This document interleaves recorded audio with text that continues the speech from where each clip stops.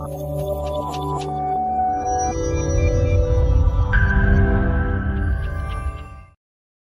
Is doctor Shravya working at cell health. ఈ రోజు మనము నెక్ పెయిన్ అనే టాపిక్ గురించి మాట్లాడుకుందాం. నెక్ పెయిన్ ఎందుకు వస్తుంది, ఎలా వస్తుంది, దీంట్లో ఉన్న 2 టైప్స్ ఏంటి అనేది మాట్లాడుకుందాం. నెక్ పెయిన్ సర్వైకల్ స్పాండిలోసిస్ ఉన్నా లేదా సర్వైకల్ స్పాండిలైటిస్ ఉన్నా కూడా అసలు ఈ సర్వైకల్ స్పాండిలైటిస్ అంటే ఏంటి అంటే ఇది యంగ్ ఏజ్ వాళ్ళల్లో వచ్చేది. అంటే ఎవరైతే అరౌండ్ 25 to 35-40 ఇయర్స్ లోపల ఉంటారో వీళ్ళల్లో వచ్చేది. ఇది ఇన్ఫ్లమేషన్ వల్ల వచ్చే కండిషన్. అంటే బోన్ రిలేటెడ్ ఇన్ఫ్లమేషన్ ఉంటే వాళ్ళకి వచ్చే కండిషన్ ని సర్వైకల్ స్పాండిలైటిస్ అని చెప్పి చెప్పుకుంటాము. ఈ ఇన్ఫ్లమేషన్ ఎందుకు వస్తుంది అంటే ఎవరికైనా ఆటోఇమ్యూన్ కండిషన్స్ ఉన్నా లేదా బాడీలో ఇన్ఫ్లమేషన్ ఎక్కువ ఉన్నా కూడా ఈ కండిషన్ అనేది డెవలప్ అవ్వచ్చు. ఎప్పుడైతే బోన్ కి ఇన్ఫ్లమేషన్ అనేది వస్తుందో అప్పుడు సర్వైకల్ స్పాండిలైటిస్ అనేది చెప్తాము. ఇప్పుడు ఎలాంటి కండిషన్స్ అంటే autoimmune conditions like ankylosing spondylitis కానీ సోరియాసిస్ కానీ ఇట్లాంటి కండిషన్స్, ఆస్టియో ఆర్థరైటిస్ అని కూడా మనం ఈ సర్వైకల్ స్పాండిలైటిస్ ని చెప్పుకోవచ్చు. ఈ కండిషన్ ఇన్ఫ్లమేషన్ ఉన్నప్పుడు మాత్రమే వస్తుంది. ఇది ఎంగేజ్ వాళ్ళలో మనం చూస్తాం. ఓల్డర్ ఏజ్ పీపుల్ లో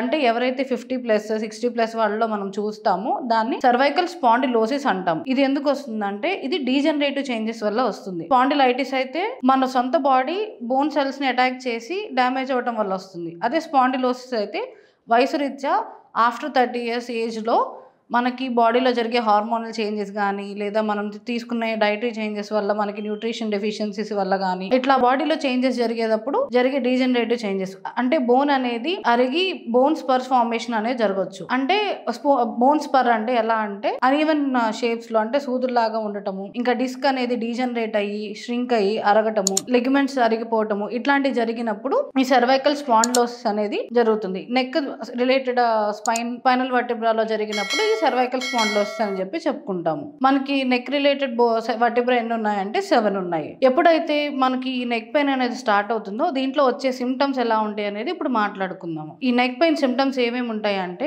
మనకి ఈ నెక్ రీజన్ లో పెయిన్ రావటము, తర్వాత స్టిఫ్నెస్ రావటం, మార్నింగ్ కానీ లేదా నార్మల్ గా కూడా స్టిఫ్నెస్ ఉండటము, ఒకే పొజిషన్ లో పడుకున్నప్పుడు కూడా మనకి మెడ పట్టేయటము, లేదా కొంతమందిలో సివియర్ కండిషన్స్ ఉన్న వాళ్ళు, క్రానిక్ కండిషన్స్ ఉన్న వాళ్ళు ఏంటంటే నర్వ్ కంప్రెషన్ అనేది జరుగుతుంది. ఈ నర్వ్ కంప్రెషన్ కూడా ఉన్న సివియారిటీని బట్టి పర్టికులర్ నర్వ్ ఏదైతే మనకి ఏ మజిల్ కి అయితే సప్లై చేస్తుందో ఆ మజిల్ యొక్క నర్వ్ కంప్రెస్ అయినప్పుడు అక్కడ టింగ్లింగ్ సెన్సేషన్ గానీ నమ్నెస్ గానీ అంటే తిమ్మెర్లు రావటం అని చెప్పి మనం చెప్పుకోవచ్చు. కొంతమందికి షోల్డర్ వర్క్ వస్తుంది, కొంతమందికి ఎల్బో దాకా రావచ్చు, కొంతమందికి 4 arm దాకా రావచ్చు, కొంతమందికి హ్యాండ్ మొత్తం కూడా రావచ్చు. అట్లా సివియారిటీని బట్టి నర్వ్ కంప్రెషన్ ని బట్టి మనకి సిమ్టమ్ అనేది వస్తుంది. ఇట్లా ఉన్నప్పుడు మనము నెక్ పెయిన్ ఉండటము ప్లస్ మళ్ళీ సర్వైకల్ స్పాండిలోసిస్ లేదా స్పాండిలైటిస్ అని చెప్పి ఏజ్ రిలేటెడ్ వాళ్ళకి వచ్చిన కండిషన్ ని బట్టి మనం చెప్పుకోవచ్చు. అంతేకాకుండా ఎవరికైతే స్ట్రెస్ ఎక్కువ ఉంటుందో లేదా ఏదైనా ఇంజరీస్ జరిగినా అంటే ఇప్పుడు విప్లాష్ ఇంజరీ అని చెప్పి మనం చెప్పుకోవచ్చు. కార్ లో ట్రావెల్ చేసే వాళ్ళకి సడన్ గా బ్రేక్ వేసినప్పుడు ఒక్కసారిగా ముందుకు వెళ్ళి వెనక్కి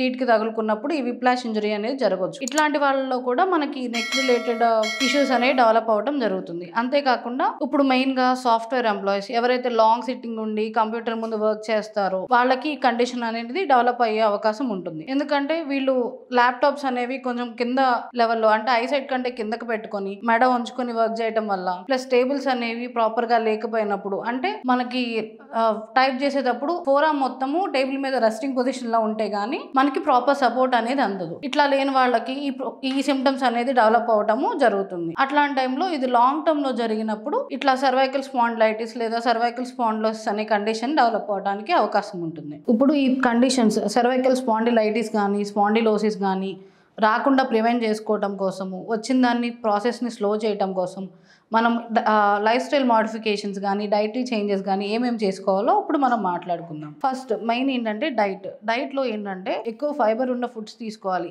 ఎందుకంటే మనం తీసుకునే ఇప్పుడు మెగ్నీషియం రిచ్ ఫుడ్స్ కానీ కాల్షియం రిచ్ ఫుడ్స్ కానీ వైటమిన్ డి ఇంకా వైటమిన్ K2 సప్లిమెంట్స్ ఇవి తీసుకున్నప్పుడు ఈ అబ్జార్ప్షన్ బాగా ఉండాలి అంటే మనం తీసుకునే ఆహారంలో ఫైబర్ ఖచ్చితంగా ఉండాలి. ఎందుకంటే ఇవి బెటర్ అబ్జార్ప్షన్ జరగాలి అంటే ఈ డైజెషన్ ప్రాసెస్లో అవ్వాలి కాబట్టి ఈ ఫైబర్ అనేది చాలా ఇంపార్టెంట్. దాంతోపాటు ఇది యాంటీ ఇన్ఫ్లమేటరీ ప్రాపర్టీస్ కూడా కలిగి ఉంటుంది. ఇంకా మన గట్లో గుడ్ బ్యాక్టీరియా పెరగడానికి కూడా ఫైబర్ అనేది ఉపయోగపడుతుంది. బోన్స్ హెల్దీగా ఉండాలి అంటే మనకి కాల్షియం, మెగ్నీషియం, ఇంకా ఫాస్ఫరస్, వైటమిన్ డి, ఇంకా వైటమిన్ K2 అనేది చాలా ఇంపార్టెంట్. సో ఇవన్నీ ఫుడ్ లో మనం ఇంక్లూడ్ అయ్యేటట్టు, అంటే మనం తినే ఆహారంలో ఇవి ఎక్కువ ఉండేటట్టు మనం చూసుకుంటే బోన్ హెల్త్ అనేది మెయింటైన్ అవుతుంది. అంతేకాకుండా ఇప్పుడు వర్టిబ్రల్ డిస్క్ అనేది 80% ఆఫ్ వాటర్ తో చేయబడి ఉంటుంది. సో ఈ డిస్క్ అనేది ష్రింక్ అవ్వకుండా ఉండాలంటే కూడా మనం ప్రాపర్ గా హైడ్రేటెడ్ గా ఉండాలి. అంటే పర్ డే కనీసం 3.5 to 4 లీటర్స్ వాటర్ తీసుకుంటే బాడీ అనేది హైడ్రేటెడ్ గా ఉంటుంది. ఇట్లా హైడ్రేటెడ్ గా లేనప్పుడు బాడీ అనేది ఎసిడిక్ నేచర్ లో ఉన్నప్పుడు బాడీని ఆల్కలైన్ నేచర్ కి తీసుకురావాలి అంటే బాడీ ఇంకా దానికి కంబాట్ చేయడానికి ఏం చేస్తుందంటే బ్లడ్ లో మనకి కాల్షియం లెవెల్స్ ని పెంచడం కోసం బోన్స్ నుంచి తీసుకుంటుంది. ఇట్లా తీసుకున్నప్పుడు కూడా మనకి తొందరగా ఎంగేజ్ వాళ్ళల్లో మనకి spondylitis condition, cervical spondylitis condition develop అయ్యే అవకాశం ఉంటుంది. జనరల్ గా సర్వైకల్ స్పాండిలోసిస్ అనే కండిషన్ ఏజ్ రిలేటెడ్ ఎందుకు ఉంటుంది అంటే ఇప్పుడు వయసు పెరిగే కొద్దీ బాడీలో హార్మోన్స్, అంటే ఫిమేల్స్లో అయితే ఈస్ట్రోజన్ హార్మోన్, మేల్స్లో అయితే టెస్టోస్టిరాన్ హార్మోన్ లెవెల్స్ తగ్గిపోవటం వల్ల ఈ బోన్ డీజనరేషన్ అనేది తొందరగా జరగడం జరుగుతుంది. ఇప్పుడు మనం అందరం వింటున్నాం కదా, మెనోపాజ్ వచ్చిన తర్వాత ఆడవాళ్ళలో బోన్స్ అరిగిపోతున్నాయి, సో కాల్షియం సప్లిమెంట్ తీసుకోండి, వైటమిన్ డి తీసుకోండి అని అందరూ చెప్తున్నారు కదా. అది ఓన్లీ ఫిమేల్స్లోనే కాకుండా మేల్స్లో కూడా ఈ కండిషన్ అనేది మనం చూస్తూ ఉంటాము. సో ఎవరైతే ఈ oestrogen hormones, progesterone hormones maintain చేసుకుంటూ ఎవరికైతే ఇప్పుడు ఏజ్ పెరుగుతుందో వాళ్ళు ఈ vitamins like calcium, vitamin D, ఇంకా వైటమిన్ K2, మెగ్నీషియం రిచ్ ఉన్న ఫుడ్స్ తీసుకుంటూ ఉంటారో ఈ బోన్ హెల్త్ అనేది మెయింటైన్ అవుతూ ఉంటుంది. ఈ pH మెయింటైన్ చేయడం కోసం మన స్టమక్ లో ఎసిడిక్ నేచర్ని న్యూట్రలైజ్ చేయడానికి కూడా ఈ కాల్షియం రీఅబ్జార్ప్షన్ చేసుకోవడం జరుగుతుంది. సో మనం ఇది మెయింటైన్ అవ్వాలి అంటే మనం ప్రాపర్ హైడ్రేషన్, ప్రాపర్ డైట్ అనేది చాలా ఇంపార్టెంట్. దీంతో పాటు ఎవరైతే లాంగ్ సిట్టింగ్ లో ఉంటారో వాళ్ళు ఎవ్రీ 1 అవర్కి కొంచెం మూమెంట్స్ చేస్తూ, అంటే నెక్ మూమెంట్స్ కానీ వేరే జాయింట్ మూమెంట్స్ కూడా ఉండాలి కాబట్టి సో ఎవ్రీ 1 అవర్కి లెగిసి వాళ్ళ వర్క్ పొజిషన్ నుంచి లెగిసి కొంచెం ఏదో ఒక వాకింగ్ కానీ లేదా వాటర్ తెచ్చుకోవడానికి కానీ అట్లా లెగిసినప్పుడు కొంచెం జాయింట్ ఎక్సర్సైజెస్ లాంటివి చిన్నవి లూజనింగ్ ఎక్సర్సైజెస్ లాంటివి చేసుకుంటే మనకి కొంచెం రిలాక్సేషన్, మజిల్ రిలాక్సేషన్ ఉంటుంది, ఇంకా బోన్ స్ట్రెంథనింగ్ కి మజిల్ స్ట్రెంథనింగ్ కూడా ఉపయోగపడుతుంది. అంతేకాకుండా వీటి వల్ల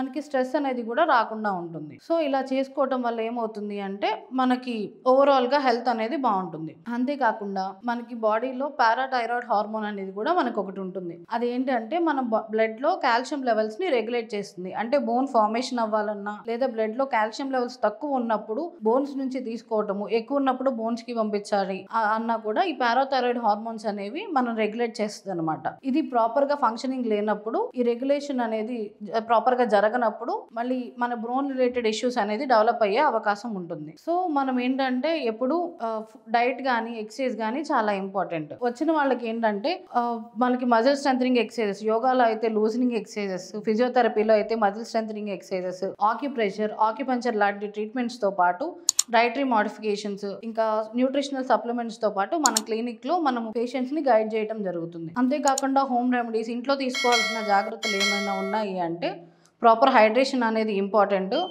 మెడిటేషన్ ఇంకా ప్రాణాయామం అనేది చాలా ఇంపార్టెంట్. ఎందుకంటే స్ట్రెస్ లెవెల్స్ ని తగ్గించడానికి చాలా ఉపయోగపడుతుంది. ఇంకా డైలీ యోగాసనాస్ లేదా లూజనింగ్ ఎక్సర్సైజెస్, కొన్ని మజిల్ స్ట్రెంథనింగ్ ఎక్సర్సైజెస్ లాంటివి చేసుకుంటే కూడా బెనిఫిషియల్. అంతేకాకుండా డైట్ లో మనం ప్రాపర్ న్యూట్రిషనల్ ఫుడ్ తీసుకుంటున్నామా లేదా అనేది కూడా మనం చెక్ చేసుకుంటూ ఉండాలి. ఇంకా ఎప్పుడైతే మనం స్ట్రెయిన్ అవుతామో అప్పుడు కొంచెం ఆక్యుప్రెషర్ కానీ కొన్ని ఆయిల్ తో పాటు మసాజ్ చేసుకోవడం కానీ చేసుకున్నా మనకి బెనిఫిషియల్ గా ఉంటుంది. మజిల్స్ అనేవి రిలాక్స్ అవుతాయి ఉంటాయి. సో ఎవరికైతే ఇన్ఫ్లమేషన్ లాంటి కండిషన్స్ ఉంటాయో వాళ్ళు యాంటీ ఇన్ఫ్లమేటరీ డ్రింక్స్ లాంటివి ప్రిఫర్ చేస్తే మంచిది. జింజర్ కషాయం కానీ, టర్మరిక్ తో చేసిన కషాయం కానీ, లేదా కీరా వాటర్ కానీ, బాటిల్ గార్డ్ జ్యూస్ కానీ, ఇట్లాంటివి ఏంటంటే బోన్ హెల్త్ మెయింటైన్ అవ్వడానికి చాలా ఉపయోగపడతాయి. ఇలా ఈ జాగ్రత్తలు తీసుకుంటూ మన బోన్ హెల్త్ ని మెయింటైన్ చేసుకుంటే ఇప్పుడు రెగ్యులర్ గా వచ్చే సర్వైకల్ స్పాండిలైటిస్ కానీ, సర్వైకల్ స్పాండిలోసిస్ లాంటి కండిషన్స్ ని డెవలప్ అవ్వనివ్వకుండా లేదా ప్రాసెస్ ని స్లో చేయడానికి హెల్ప్ అవుతుంది.